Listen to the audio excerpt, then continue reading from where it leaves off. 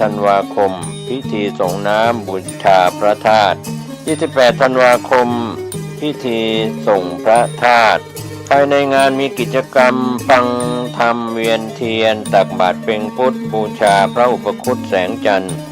ขบวนแห่ฟ้อนโคมบูชาพระบรมสารีริกธาตุเรื่องเล่าดินแดนศักดิ์สิทธิ์กับความรุ่งเรืองด้านพระพุทธศาสนาของชาวรั้วจุดผางประทีปประดับโคมบูชาถวายกรวยดอกไม้ณพระธาตุแสงจันทร์กิจกรรมเมืองใจกลิ่นอายวัฒนธรรมล้านนาลานปล่อยแสงเสนอวิถีชีวิตการแสดงเครื่องแต่งกายชาวมงและลีซูณบ้านข้างวัด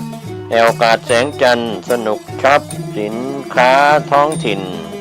ทำมือณกาดลานดินกินของรำตีนดอยสุเทพณรามูคาเฟ่สัมผัสเส้นทางเทรนประวัติศาสตร์ท้องถิ่นเชื่อมโยงงานประเพณีและกิจกรรมอื่นๆอีกมากมายพระธาตุแสงจันทร์หรือพระธาตุเถรจันทร์พระธาตุแสงจันทร์ณวัดเถรจันทร์สร้างขึ้นบริเวณเชิงดอยสุเทพซึ่งเป็นพื้นที่อันศักดิ์สิทธิ์ของเมืองเชียงใหม่และมีความสำคัญยิ่งในทางพระพุทธศาสนาโดยเฉพาะในสมัยพญากือนาพระมหากษัตริย์ล้านนาลำดับที่6แห่งราชวงศ์มังรายระหว่างปีพุทธศักราช1898ถึง1928ทรงศรัทธาในพระพุทธศาสนาอย่างแรงกล้าโปรดให้อาราธนาพระสุมาณเถระจากกรุงสุโขทัยมาประดิษฐานพุทธศาสนาแบบรังกาวงศ์ในล้านนาและอัญเชิญพระบรมสารีริกธาตุไปประดิษฐานบนดอยสุเทพพระธาตุแสงจันทร์ณวัดเถรจันทร์อยู่ด้านหลังของวัดอุโมงค์สวนพุทธธรรมสามารถเข้าไปศึกษาและสักการะโดยสะดวกทางด้านศูนย์ศึกษาธรรมชาติและสัตว์ป่าเชิงดอยสุเทพเป็นโบราณสถานศิลปะล้านนาที่มีอายุเก่าแก่กว่า600ปีมีการค้นพบพระบรมสารีริกธาตุถึง 3,994 องค์เชื่อกันว่าเป็นสถานที่มีความศักดิ์สิทธิ์และควรแก่การสักการะบูชาเป็นอย่างมากดังนั้นชาวตำบลสุเทพขอเชิญชวนร่วมสารประเพณีสามเพ็งเพ็ญเดือน3ล้านนาบูชาพระธาตุแสงจันทร์ระหว่างวันที่25ถึง28ธันวาคมพุทธศักราช2566ณพระธาตุแสงจันทร์ตำบลสุเทพอำเภอเมืองเชียงใหม่จังหวัดเชียงใหม่ร่วมสร้างบุญบารมีบูชาพระธาตุแสงจันทร์ได้บุญได้กุศลโดยทั่วหน้ากัน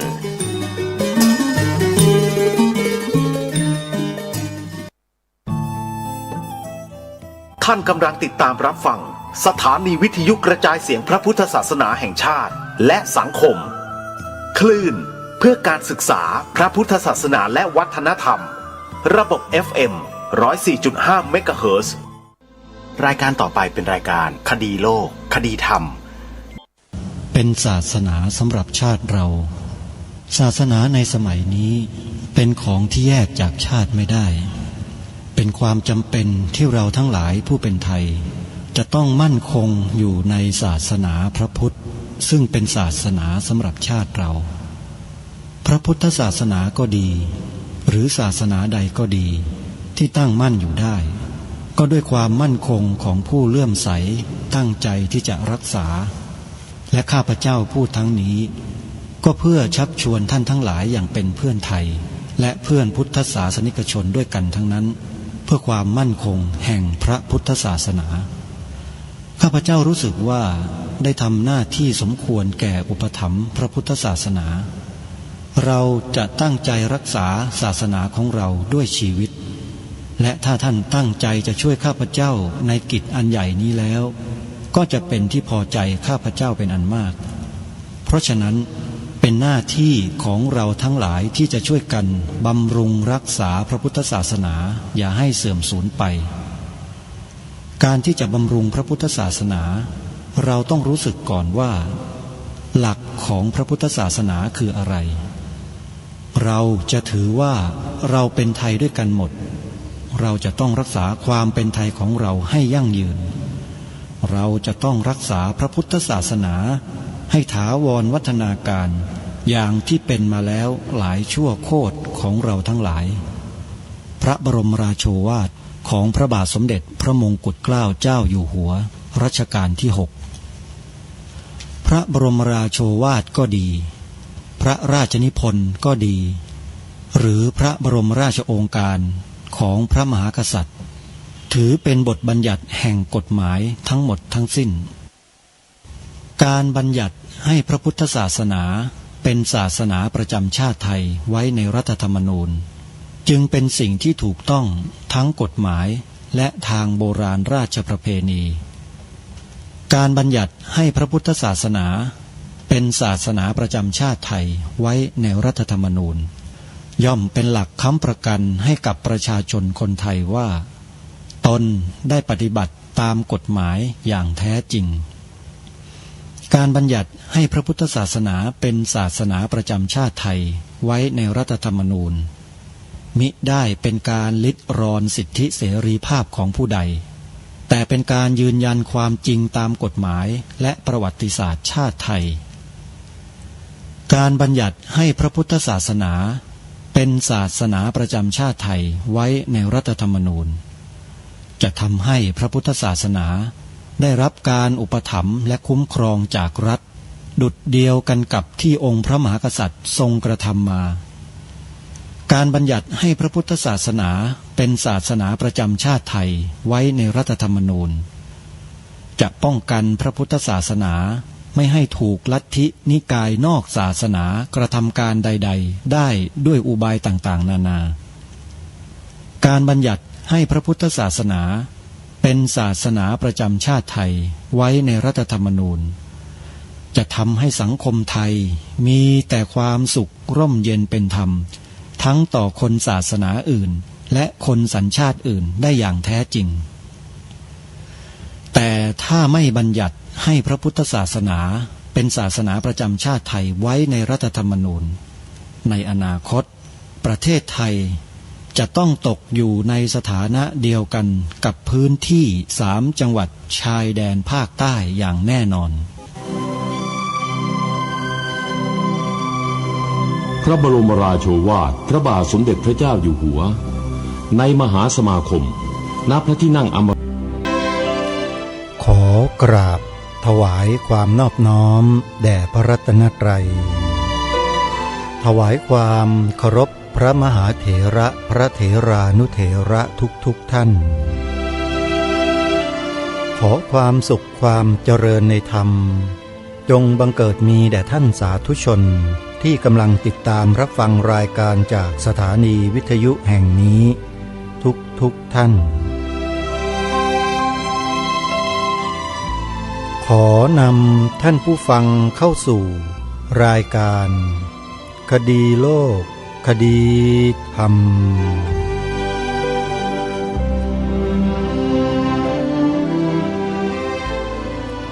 พบกันวันนี้วันขึ้น12 ค่ำเดือนอ้ายวันนี้ตรงกับวันอาทิตย์ที่24 ธันวาคมพระพุทธศักราช2566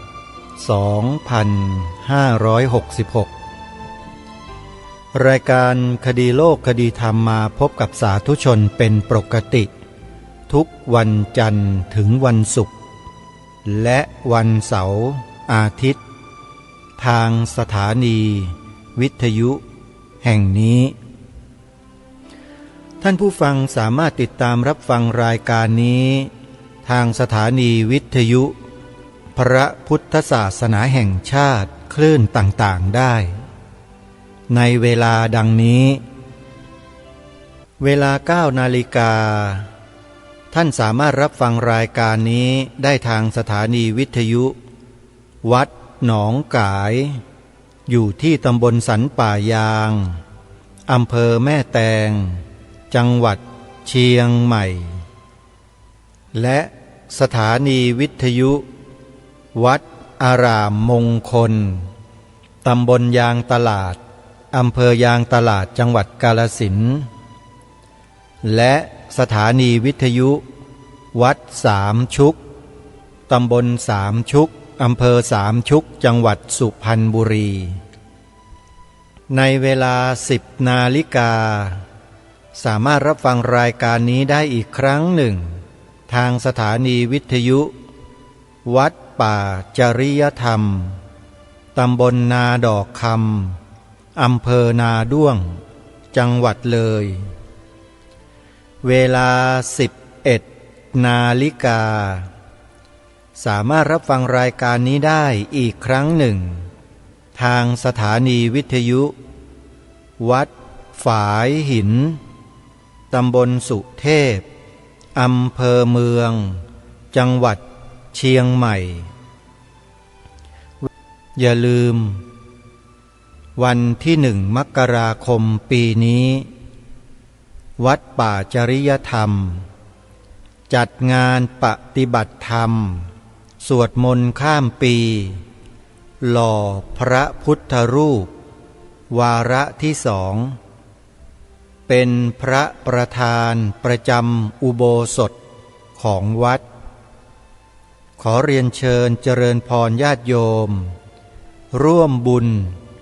ส่งเสริมสนับสนุนกิจกรรมที่ดีๆนี้ด้วยกันและถ้าหากเดินทางไปร่วมงานได้ก็ขอเรียนเชิญทุกท่านไปร่วมงานโดยพร้อมเพรียงกันไปสวดมนต์ข้ามปีในค่ำคืนของวันที่31 ธันวาคมจนถึง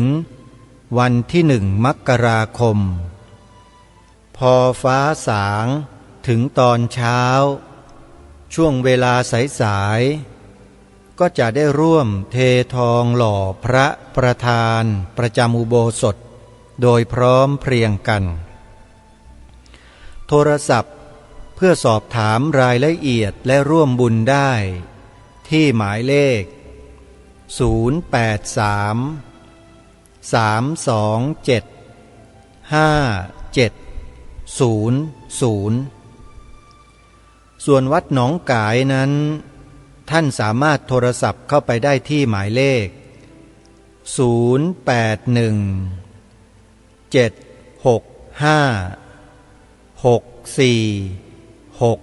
6469และ083 789 3642วัดบ้านปลาคูนโทรศัพท์หมายเลข081 183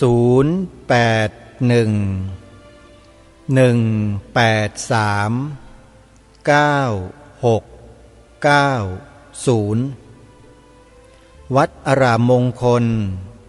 หมายเลขโทรศัพท์084 034 4606วัดสามชุกหมายเลขโทรศัพท์089 000 8462และวัดฝายหินโทรศัพท์หมายเลข087 915 2924วัดศรีอุดมวงศ์หมายเลขโทรศัพท์089 840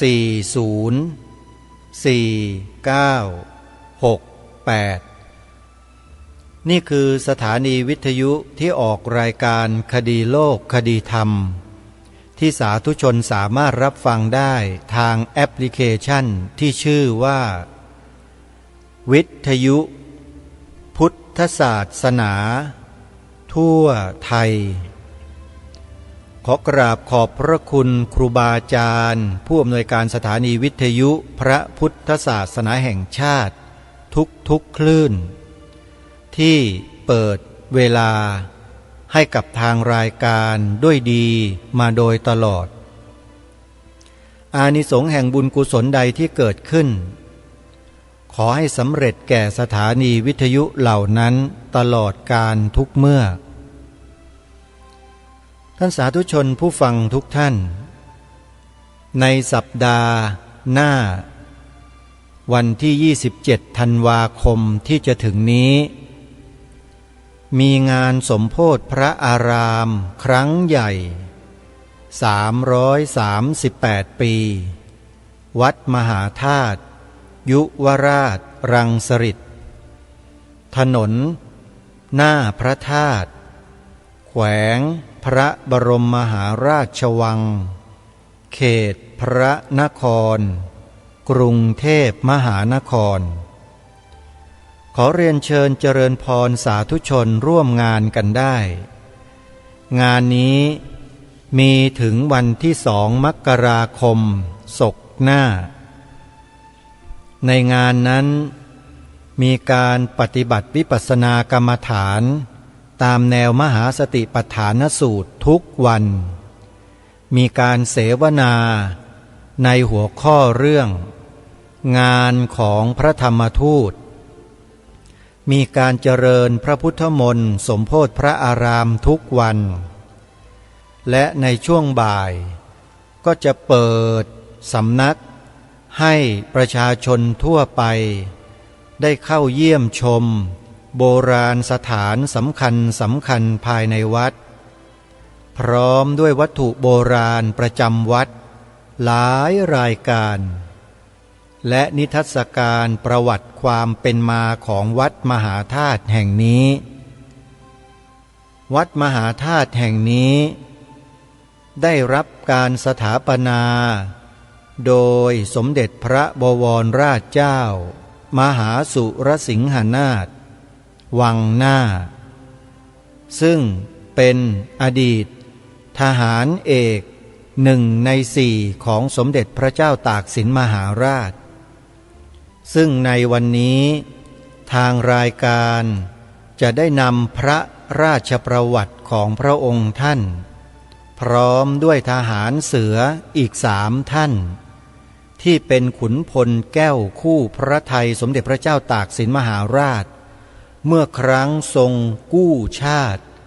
กอบกู้กรุงศรีอยุธยากลับคืนสู่ผืนแผ่นดินไทยให้พวกเราได้รู้จักองค์สมเด็จกรมพระราชวังบวรมหาสุรสิงหนาถพระองค์ท่านมีพระราชอิสริยยศเดิมชื่อว่าหลวงราชเสน่หา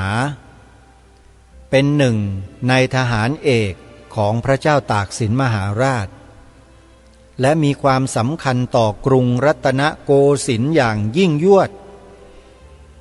เพราะพระองค์ท่านเป็นผู้นำกองทัพไปรบกับพม่า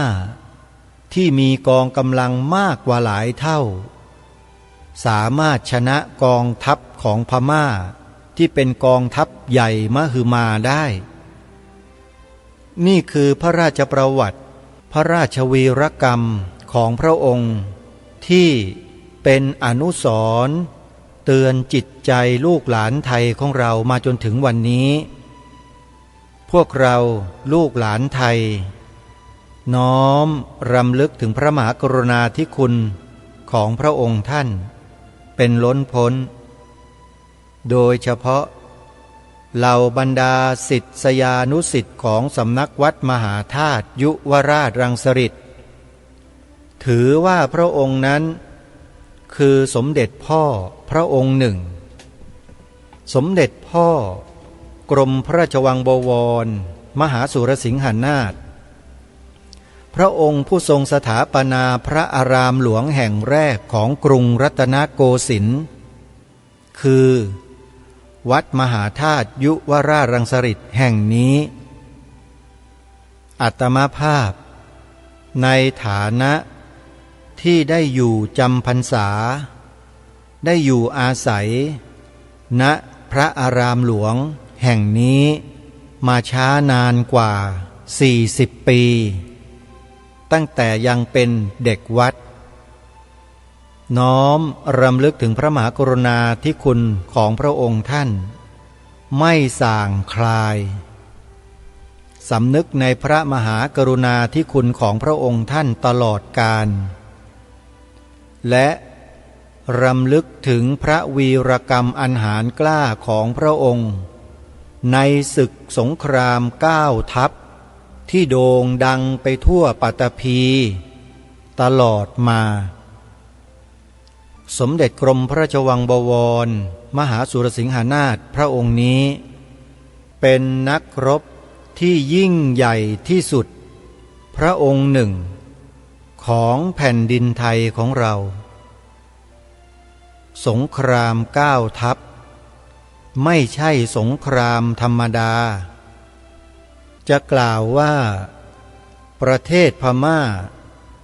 ได้ยกกองทัพประชาชนของประเทศพม่าในสมัยนั้นมาเกือบทั้งประเทศก็ว่าได้แต่ไม่สามารถเอาชนะกองทัพของสมเด็จกรมพระราชวังบวรมหาสุรสิงหนาถพระองค์นี้ได้ทั้งที่มีกำลังน้อยกว่านี่คือความยิ่งใหญ่กล้าหาญที่โลกไม่มีวันลืมโดยเฉพาะลูกหลานไทยของเราสาธุชนทุกท่านวันนี้จะขอนำพระราชประวัติของพระองค์ท่านพร้อมด้วยทหารหารซึ่งเป็นขุนพลแก้วคู่พระทัยสมเด็จพระเจ้าตากสินมหาราชมานำเสนอต่อท่านผู้ฟังในวันนี้เพื่อให้พวกเราน้อมรำลึกถึงพระมหากรุณาธิคุณของพระองค์ท่านด้วยกันหลวงราชเสน่หาหรือ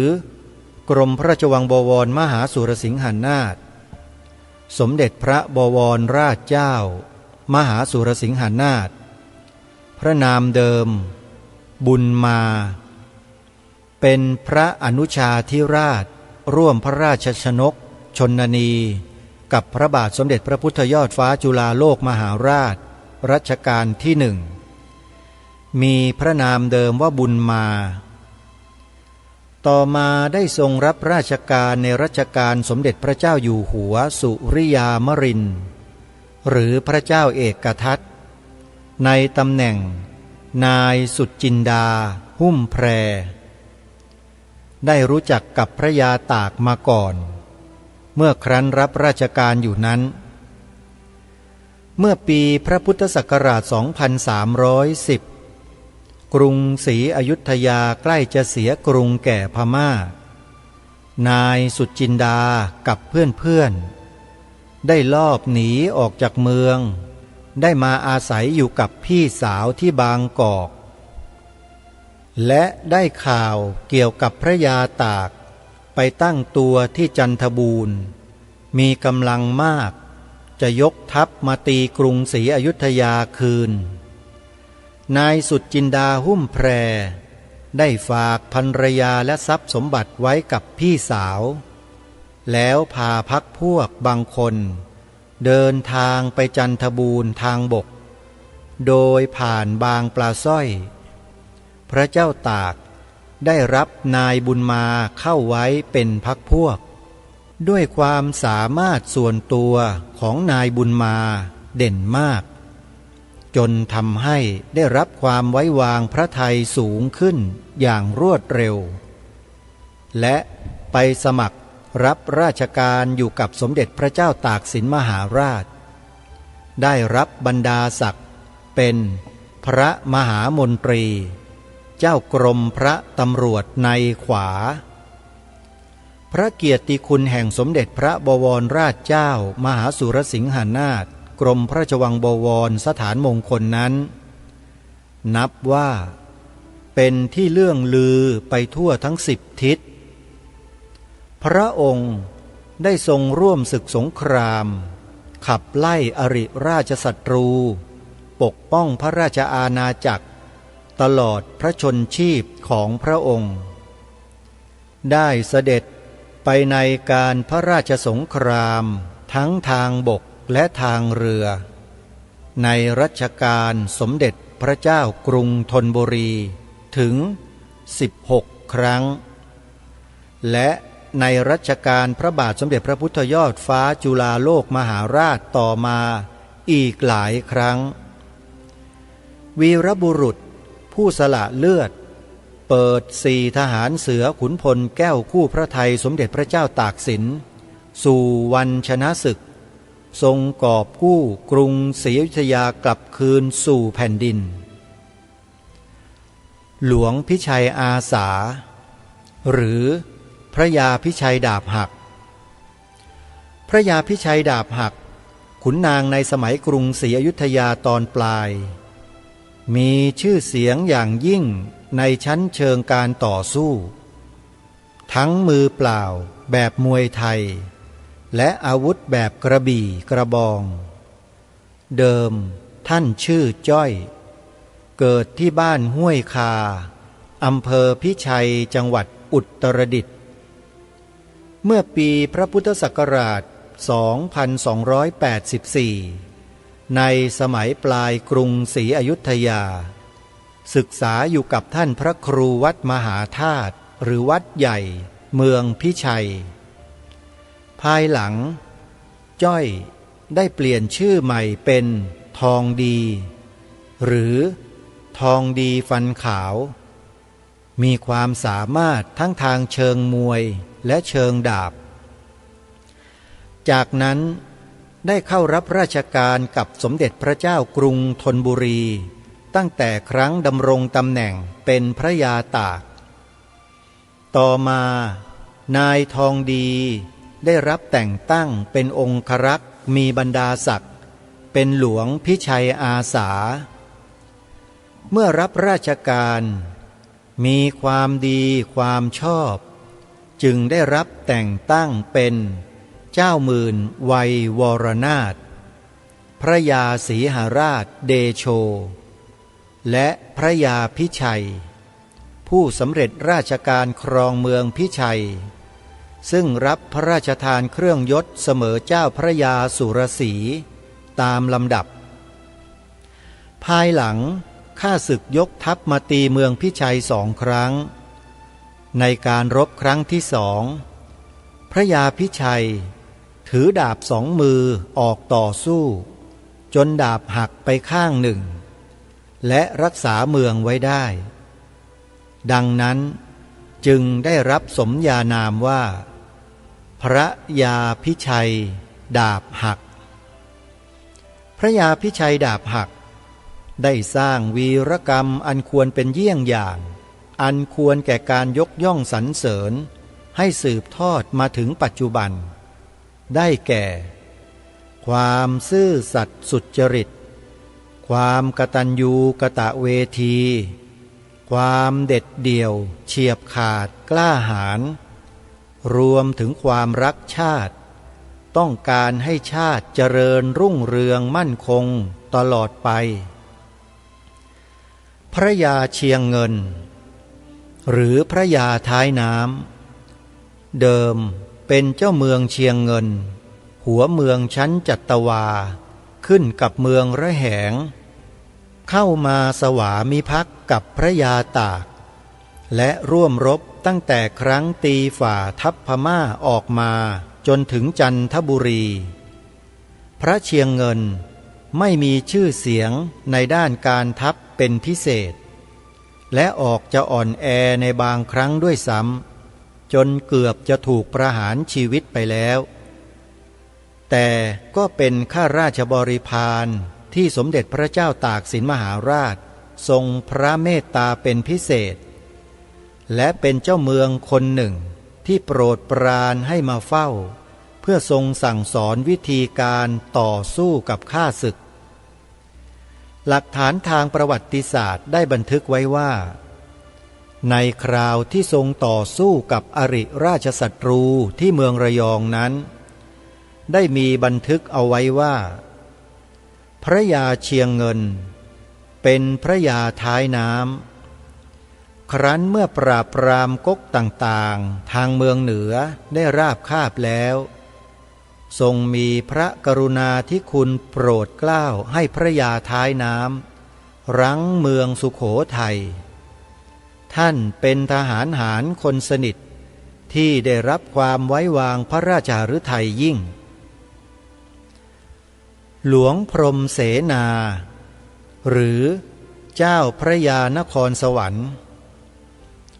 หลวงพรหมเสนาเกิดเมื่อวันอังคารเดือน6ปีมะโรงพระพุทธศักราช 2279 ณ บ้านเชียงของจังหวัดตากบิดาท่านสืบเชื้อสายมาจากเมืองเชียงของหลวงพระบางสาธารณรัฐประชาธิปไตยประชาชนลาวมารดาท่านเป็นญาติใกล้ชิดกับพระเชียงเงิน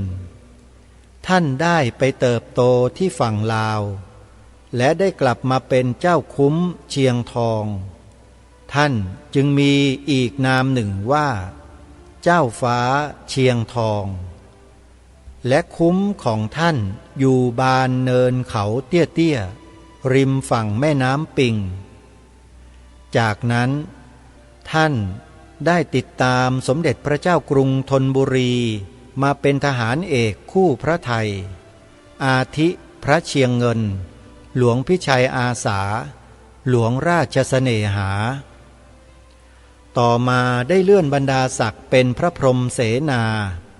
พระยาอนุรักษ์ภูธรและพระยานครสวรรค์ตามลำดับท่านได้รับความไว้วางใจเป็นพิเศษจากสมเด็จพระเจ้ากรุงธนบุรีคนหนึ่งจนได้รับพระราชอาญาสิทธิ์ให้ลงโทษผู้ย่อหย่อนในการศึกได้ถึงตัดศีรษะในคราวศึกบางแก้วก่อนที่พระยานครสวรรค์จะไปช่วยหนุนพระยาธิเบศบดีนั้นได้เข้าเฝ้าสมเด็จพระเจ้ากรุงธนบุรีพระองค์ได้ทรงมอบดาบอาญาสิทธิ์ให้ลงโทษตัดศีรษะทหารผู้ย่อหย่อนในการศึกได้และให้พรแก่พระยานครสวรรค์และทหารว่าชยตุภวังสัพพศัตรูวินาศสันติอันเป็นที่มาของคาถาบูชาสมเด็จพระเจ้ากรุงธนบุรีในปัจจุบันคือชยตุภวังสัพพศัตรูวินาศสันติและนี่ก็เป็นประวัติของทหารเอกทั้ง4ท่านของพระเจ้ากรุงธนบุรีและหนึ่งในนั้นก็คือผู้ที่ทรงสถาปนาวัดมหาธาตุยุวราชรังสฤษฎ์แห่งนี้ในปัจจุบันหลักฐานชิ้นสำคัญที่พระองค์ได้ทรงใช้สอยอยู่เป็นปกติในยามค่ำคืนก็คือแท่นพระบรรทมของพระองค์ท่านทางพระราชวังบวรหรือวังหน้าครั้งที่มีการเปลี่ยนแปลงบางสิ่งบางอย่างในบ้านเมืองก็ยกแท่นพระบรรทมของพระองค์ท่านมาถวายไว้ภายในพระวิหารหลวงของวัดมหาธาตุยุวราชรังสฤษฎ์และยังประดิษฐานอยู่หลังองค์พระประธานของพระวิหารหลวงแห่งนี้ในวันนี้และอีกไม่กี่วันข้างหน้าจะถึงพิธีการสมโภชพระอาราม338 ปี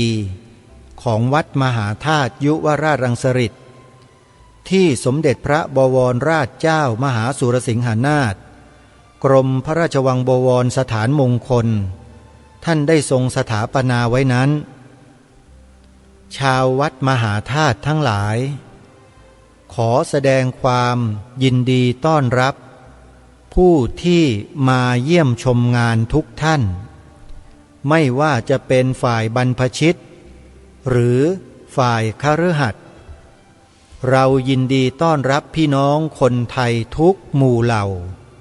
เข้ามาชื่นชมพระบารมีของพระองค์ท่านที่ได้ทรงสถาปนาพระอารามหลวงแห่งนี้ไว้ให้แก่เราชนรุ่นหลัง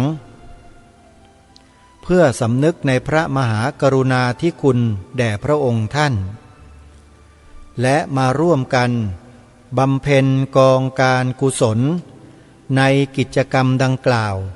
ตลอดทั้ง7 วันโดยจะเริ่มงานในวันที่27 ธันวาคมที่จะถึงนี้ไปสิ้นสุดลงในวันที่2 มกราคมศกหน้าท่านสาธุชนผู้ฟังทุกท่านใครก็ตามที่เคยอยู่อาศัยอยู่กินนอนที่พระอารามหลวงแห่งนี้ไม่ว่าจะเป็นพระภิกษุสามเณรแม่ชีอุบาสกอุบาสิกาอารามิกชนเด็กวัดหรือใครก็แล้วแต่ที่เคยได้มาอาศัยใบบุญของวัดนี้เพื่อชุบเลี้ยงตัวเองให้เกิดความเจริญรุ่งเรืองในหน้าที่การงานทั้งฝ่ายทางโลกและทางธรรมก็ตามถึงเวลาแล้วถึงโอกาสแล้วที่ท่านจะต้องกลับคืนสู่ถิ่นฐานของท่านเพื่อมาน้อมรำลึกถึงพระมหากรุณาธิคุณของพระองค์ท่านร่วมกันมาร่วมกันบำเพ็ญกองการกุศลตอบแทนพระมหากรุณาธิคุณของพระองค์ท่านใครที่ทำไม่ดีไว้มากราบขอขมาท่านและอาตมาภาพนี่แหละจะเป็นคนนำกล่าวขอขมาพระองค์เองสาธุชนผู้ฟังทุกท่านการกล่าวคำขอขมากรรมเนี่ยมีผลต่อชีวิตของเราจริงๆทั้งปัจจุบันและอนาคตถ้าใครเคยดูคลิปที่กำลังโด่งดังในปัจจุบันที่อาจารย์ไพศาลแสนชัยนิมิตเห็นคนนั้นคนนี้แล้วก็บอกให้ผู้ที่ไปหาท่านเนี่ยไปกราบขอขมาลาโทษกราบขอขมาลาโทษคนนั้นคนนี้องค์นั้นองค์นี้รูปนั้นรูปนี้เราคงประจักษ์ชัดแล้วใช่ไหมว่าการขอขมากรรมนั้นมีผลต่อการดำเนินชีวิตของเราในโลกปัจจุบันนี้จริงๆเพราะฉะนั้นศิษย์สำนักวัดมหาธาตุทุกคนไม่ว่าในปัจจุบันนี้ท่านจะเป็นใหญ่เป็นโตอักขโรโหฐานยังไงก็แล้วแต่ขึ้นชื่อว่าศิษย์สำนักวัดมหาธาตุแล้วเนี่ยถ้าท่านไม่มาครั้งนี้ชีวิตท่านจะไม่ได้ดีเหมือนอย่างที่ผ่านมาอีกและเมื่อตายจากโลกนี้ไปแล้วเนี่ยท่านจะได้เจอกับสิ่งใดนั้นท่านก็ไปพิจารณาดูกันเองอาตมาภาพบอกประกาศออกสื่อวิทยุทางอากาศลอยลมไปถ้ามีใครที่เป็นลูกศิษย์สำนักวัดมหาธาตุได้ยินแล้วถ้าท่านไม่มานะอาตมาภาพจะขอบอกไว้เลยว่าคำที่พระองค์สาปแช่งเอาไว้นั้นจะถึงตัวทุกท่านทุกคนอันนี้ไม่ได้เป็นคำขู่แต่เป็นความจริงอาตมาภาพไม่เคยกล่าวเคยแสดงไม่เคยพูดแบบนี้นะนึกไว้แต่ในใจอย่างเดียวนึกมาโดยตลอดว่าลูกศิษย์วัดมหาธาตุที่เป็นพระสงฆ์สามเณรแม่ชีอุบาสกอุบาสิกาอารามิกชนที่เป็นเด็กวัดก็แล้วแต่ที่เคยมาอยู่อาศัยหลับนอนพระอารามหลวงแห่งนี้เพื่อศึกษาเล่าเรียนเพื่อยกฐานะของตัวเองให้ได้ดิบได้ดีอยู่ในประเทศนี้นะถ้าท่านยังไม่มานะ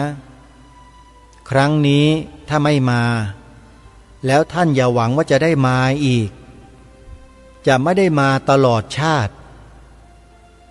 ไม่ต้องถามเหตุผลว่าเพราะอะไรเพราะคำสาปแช่งของพระองค์นั้นเป็นจริงมาหลายประการแล้ว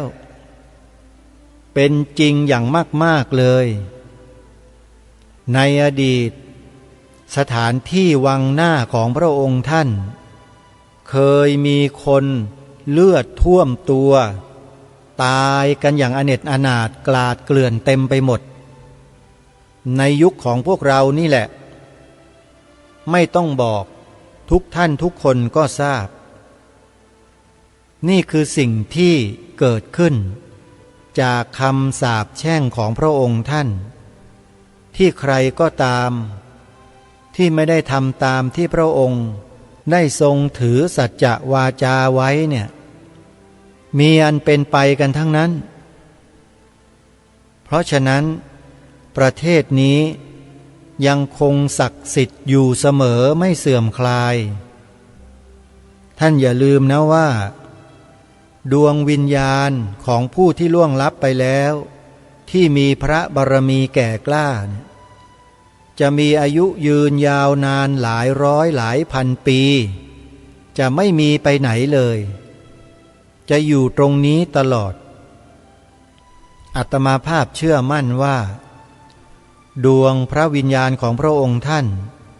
ยังคงสิงสถิตอยู่ณที่แห่งใดแห่งหนึ่งภายในพระอารามหลวงแห่งนี้แน่นอนเพราะฉะนั้น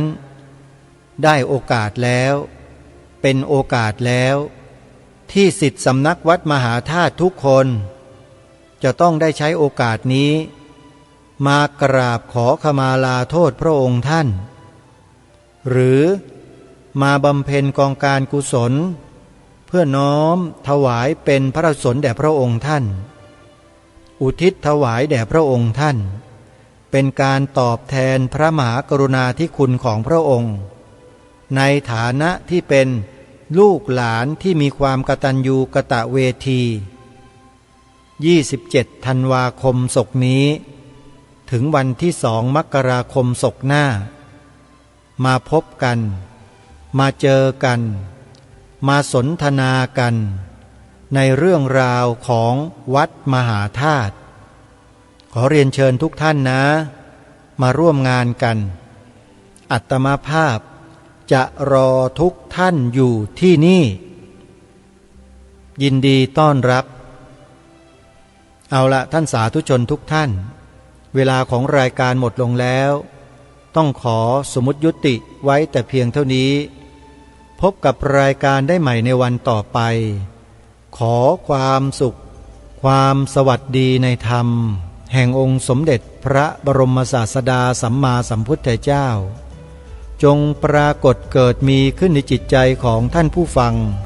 ทุกท่านทุกคนเทินขอเจริญพรกล้าคิดก็ต้องกล้าท